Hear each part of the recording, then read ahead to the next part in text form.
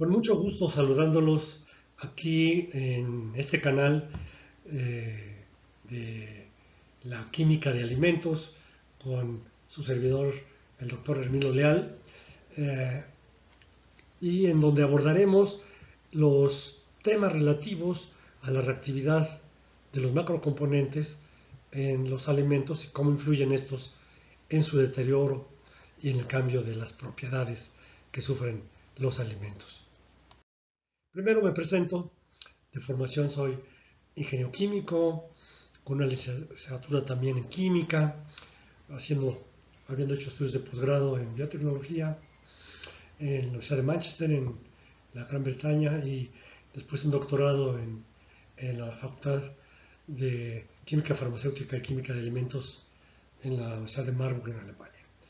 Mi experiencia profesional como profesor investigador de tiempo completo en el Departamento de Química, Alimentos y Biotecnología de la Facultad de Química de la UNAM, de 1900 a la fecha, y he tenido cierta experiencia también en el área de la industria de alimentos, específicamente en la producción de hongos comestibles. Esas son también mis áreas de trabajo.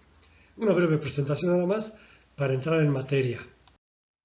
La materia de la que nos vamos a ocupar en, en, este, en estas emisiones, en las pláticas que vamos a presentar, es sobre el deterioro químico de los alimentos. Es un tema que no se aborda con mucha frecuencia ni con suficiente profundidad, pero que reviste gran importancia, dado que la mayor parte de los alimentos procesados, el deterioro que sufren es de tipo químico. Y efectivamente, el deterioro de los alimentos procesados es causado por las reacciones químicas que sufren las matrices alimentarias. Entonces, para conocer cómo participan en las reacciones químicas las distintas matrices alimentarias y cómo esto afecta el deterioro de los alimentos, pues debemos de abordar cada uno de los macrocomponentes en las matrices alimentarias. Es decir, por un lado los lípidos, los carbohidratos y las proteínas.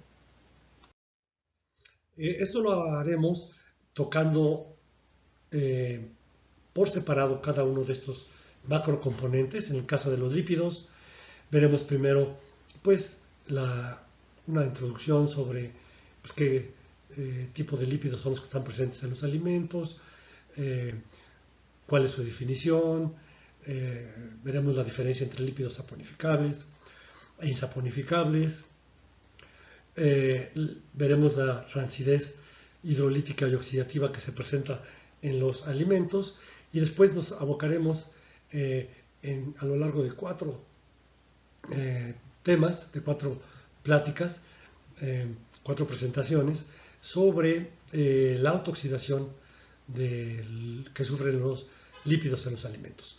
Viendo primero la etapa de iniciación, después la etapa de propagación en la que se forman hidroperóxidos y después la formación de productos de primera generación para posteriormente abordar los productos de segunda y tercera generación de la autooxidación. Y terminar con una presentación sobre el deterioro térmico que sufren los lípidos cuando son sometidos a procesos de alta temperatura y el uso de antioxidantes. En una segunda etapa veremos a los carbohidratos, cómo las matrices alimentarias sufren deterioro debido o alteraciones en sus características debido a las reacciones químicas de los carbohidratos. Veremos primero cuáles son los carbohidratos en los alimentos, las reacciones básicas que sufren los carbohidratos, que esencialmente son estas: hidrólisis, deshidratación, mutarotación, enolización, para después ahondar sobre las reacciones que sufren los carbohidratos en tratamientos térmicos, en medio alcalino y en medio ácido. Y después, a lo largo de 5 distintas presentaciones, abordaremos la reacción de Maillard.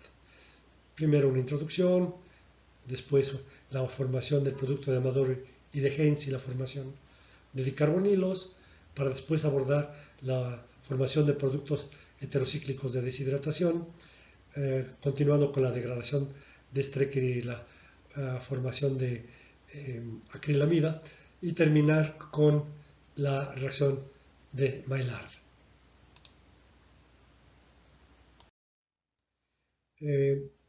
Finalmente abordaremos la temática del deterioro de las proteínas en las matrices alimentarias, después de una breve introducción sobre las características básicas de las proteínas. Veremos los aspectos de la desnaturalización que sufren las proteínas debido a los factores ambientales y químicos y cómo esto afecta a sus propiedades funcionales, y en una tercera presentación veremos cuáles son las reacciones que sufren los aminoácidos y las proteínas cuando son procesados térmicamente, esencialmente en condiciones alcalinas. Bien, entonces, lo primero que tenemos que hacer antes de tocar estos tres temas, o estas tres macrocomponentes, pues de una manera general ver cuáles las características básicas que, eh, que presentan los alimentos, ¿no? Cuáles son los tipos de alimentos con los que vamos a tratar, su origen y sus formas. El origen de los alimentos se da dependiendo de si son de origen animal, o sea, de productos de origen animal, de origen vegetal, o bien los alimentos funcionales. Y estos alimentos también los podemos dividir ya sea en alimentos frescos o procesados.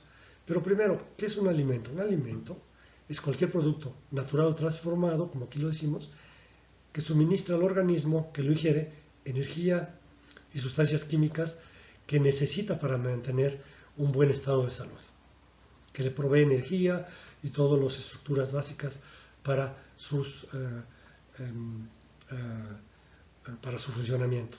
Y dentro de esto pues tenemos a los tres que habíamos dicho, los de origen animal, como aquí tenemos algunos ejemplos, cárnicos, lácteos, los de origen vegetal, ahí están las verduras, las hortalizas, cereales, frutas, legumbres, y los alimentos funcionales, que son aquellos en los cuales se ha manipulado o modificado las concentraciones de distintos ingredientes y que de esta manera adquieren cierta función específica. Entonces, ya una vez visto esto, vamos a ver cuáles son los tipos de deterioro que sufren los alimentos.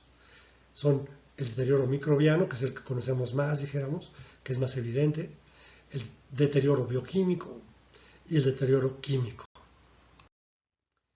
Bien, dependiendo del origen de los alimentos, el potencial del deterioro microbiano, que es el que conocemos más, es distinto. Los alimentos de origen animal, pues como provienen de fuentes animales, pues pueden estar contaminados con microorganismos que pueden ser patógenos y que están presentes en los alimentos de los cuales provienen. En los de origen vegetal, estos pueden sobre todo contener gran cantidad de bacterias y mohos que están presentes en el ambiente de donde se producen. Aquí vemos ejemplos tanto de los alimentos de origen animal como de origen vegetal. Y los alimentos funcionales, como decimos, estos son alimentos que se elaboran a partir de ingredientes que se aíslan de distintas fuentes, ya sea de origen animal o vegetal, y se elabora a partir de ellos un producto con características pues novedosas, ¿no? Para cumplir ciertas necesidades comerciales esencialmente, ¿no?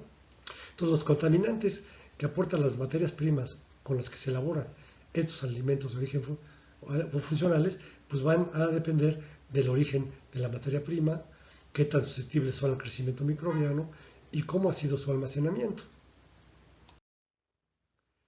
Bien, entonces, los alimentos frescos y procesados se van a diferenciar en términos del deterioro. Por ejemplo, los alimentos frescos son aquellos que no sufren ninguna transformación y que directo de la producción se van al consumo, por lo cual su deterioro puede ser muy rápido.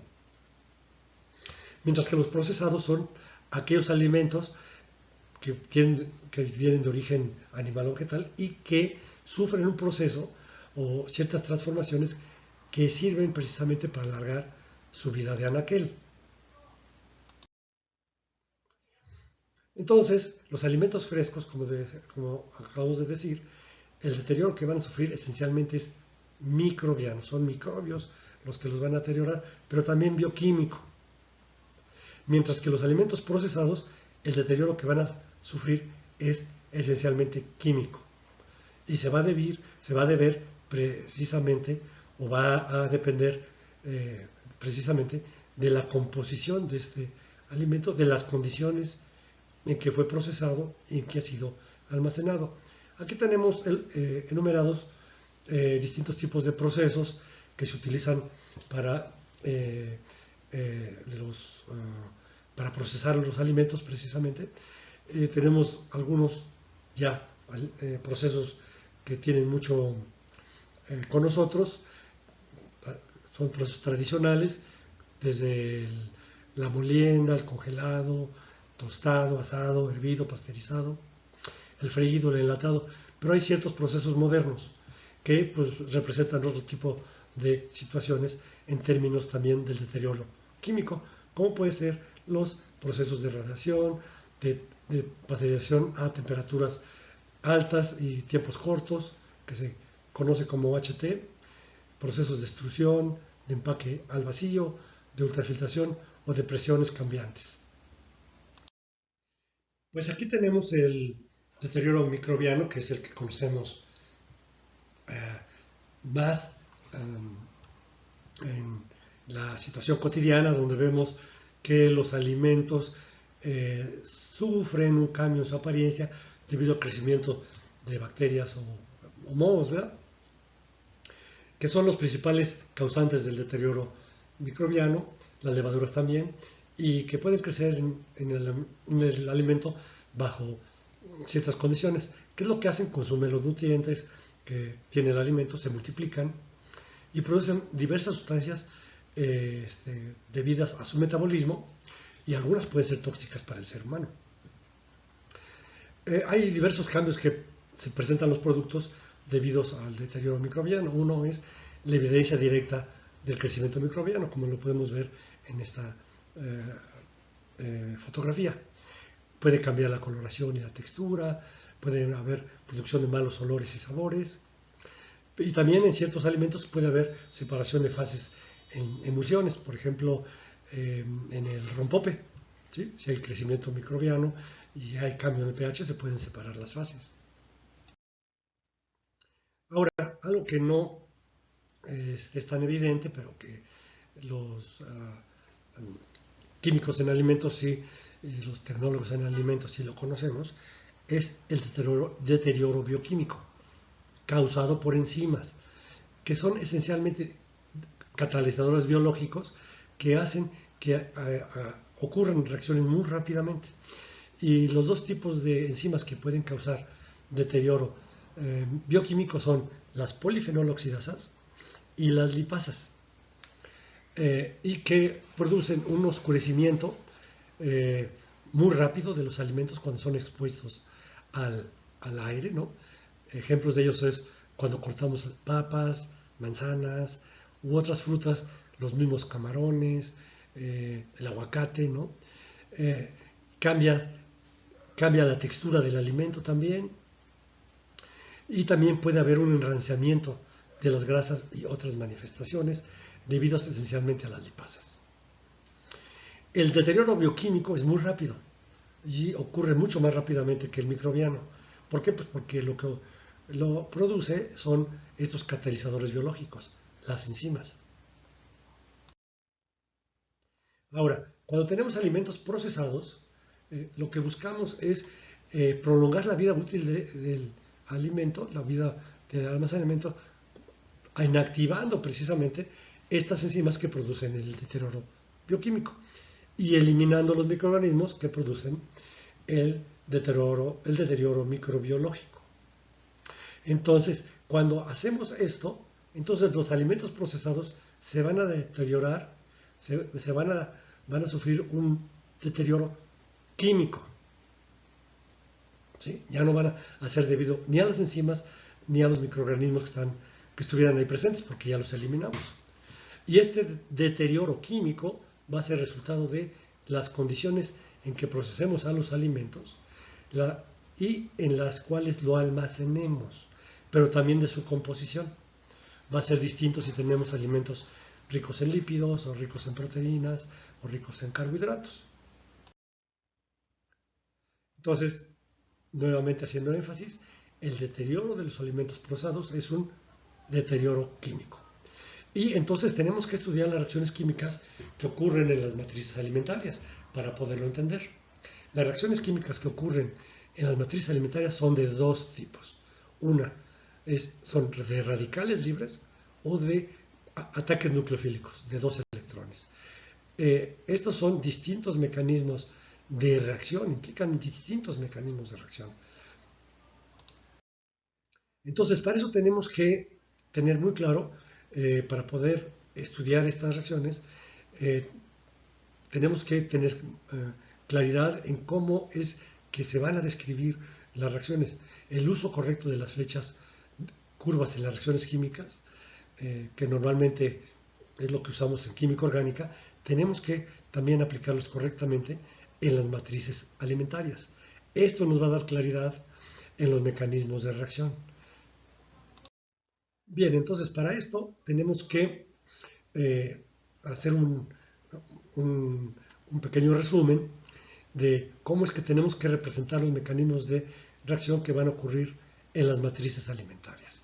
Como dijimos, van a ocurrir esencialmente dos tipos de reacciones. Una es con desplazamiento de dos electrones, ¿sí? Cuando hay ataques nucleofílicos, y aquí las flechas curvas se van a representar con la punta completa, lo que indica el movimiento de dos electrones. Pero si hablamos de radicales libres, entonces aquí son especies químicas que presentan uno o más electrones desapareados. Esos son los radicales libres. Y que se van a producir a partir de la ruptura homolítica de una molécula.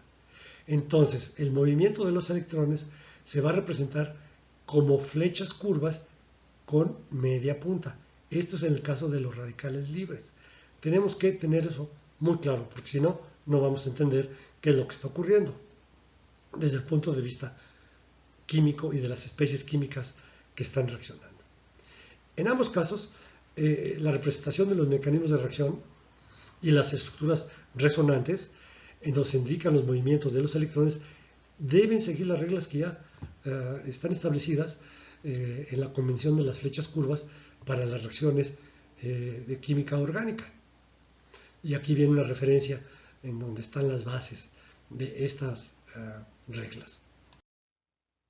Estas reglas básicas, en el caso de las reacciones de desplazamiento de dos electrones, implican lo siguiente. Se van a usar flechas curvas con la punta completa, que van a indicar el movimiento de un par de electrones, ya sea desde un enlace triple, doble o sencillo, o bien de un par de electrones no compartidos. El átomo de donde sale la flecha pues se hace más positivo en una carga, y el átomo a donde llega la punta de la flecha se hace más negativo en una carga. Eso es muy importante que lo tengamos en cuenta. Si un par de electrones se mueve hacia un átomo, el otro par que estuviera ahí presente debe salir de ese átomo, de tal manera que no se exceda el octeto en la esfera de electrones del átomo correspondiente. La estructura del producto va a resultar de las indicaciones de las flechas curvas, y a partir del producto deberá generarse la estructura original utilizando las flechas curvas en el sentido opuesto, ¿sí? Esto nos va a indicar que estamos escribiendo correctamente las flechas de reacción. En estructuras donde se encuentran unidos dos átomos diferentes, esencialmente quiere decir con electronegatividades diferentes, el movimiento de electrones será en la dirección hacia el átomo más electronegativo. Se van a favorecer así los movimientos de electrones de átomos con carga negativa hacia sitios positivos y alejados de los negativos. Aquí tenemos algunos ejemplos de la representación correcta de las reacciones donde se desplazan dos electrones. Por ejemplo, aquí tenemos un grupo amino de un aminoácido que está reaccionando con un carbohidrato, en donde el par de electrones del grupo amino está atacando al carbono del carbonilo, que es un centro electrofílico deficiente de electrones. La flecha sale del nitrógeno, de su par de electrones, llega al carbono del carbonilo, con una flecha completa, con la punta completa, y el doble enlace se mueve hacia uno de los enlaces del doble enlace, se mueven los dos electrones hacia el oxígeno. Esto que implica que este oxígeno va a tomar un protón del grupo amino, que aquí lo vemos, el carbonilo ya queda como hidroxilo, y el grupo amino pues perdió ese protón. Y esta es la estructura que se produce, y en el sentido opuesto, las flechas en color rojo, cuando el hidroxilo mete el par de electrones para formar el carbonilo, pues entonces el grupo amino toma su par de electrones y se libera y se produce un aminoácido libre. Entonces aquí estamos viendo cómo la estructura original se regenera a partir del movimiento en el sentido opuesto de los electrones. Aquí vemos otro ejemplo en donde tenemos un grupo hidroxilo que está atacando también nucleófilo, atacando a un carbonilo de una estructura dicarbonílica, en donde este carbonilo que es atacado se ioniza, aquí lo vemos, ¿verdad? Ionizado, y el hidroxilo ya incorporado. Y la estructura original se regenera cuando el hidroxilo o el oxígeno del carbonilo ionizado mete el par de electrones y el hidroxilo toma su par de electrones original y se libera. Otros ejemplos de una representación correcta de reacciones con desplazamiento de los electrones está en este caso. Aquí es el caso del 5-hidroximetil 2-furfuraldehído, ¿sí? que vemos que está en resonancia. Simplemente el carbonilo del hidroximetil furfuraldehído se ioniza debido a que hay estas dobles ligaduras que están en estructuras conjugadas. Al ionizarse, pues se corren las dobles ligaduras y aquí se forma una nueva doble ligadura con la pérdida del protón, y después el oxígeno del carbonilo ionizado puede meter el par de electrones y se regenera la estructura original, como podemos verlo aquí.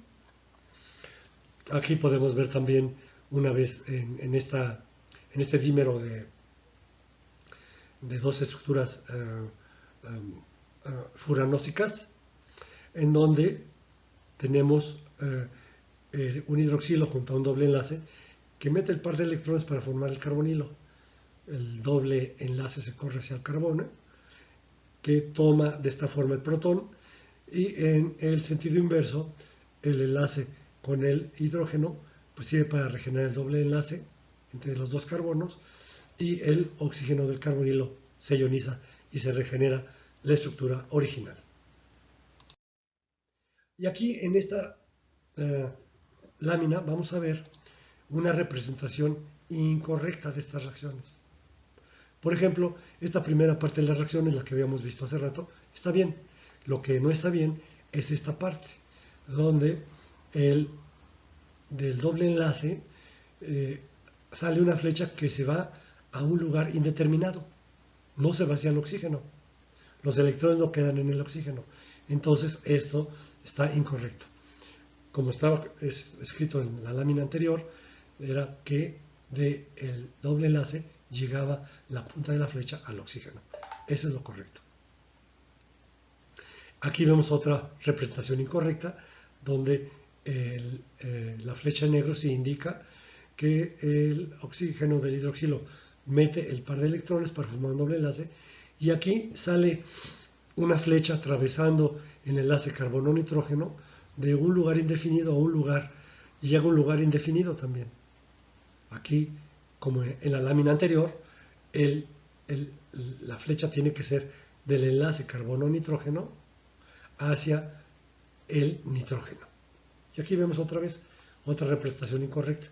También no se especifica ni de dónde sale la flecha ni a dónde llega, aunque las puntas están bien escritas de manera completa las puntas, ¿no?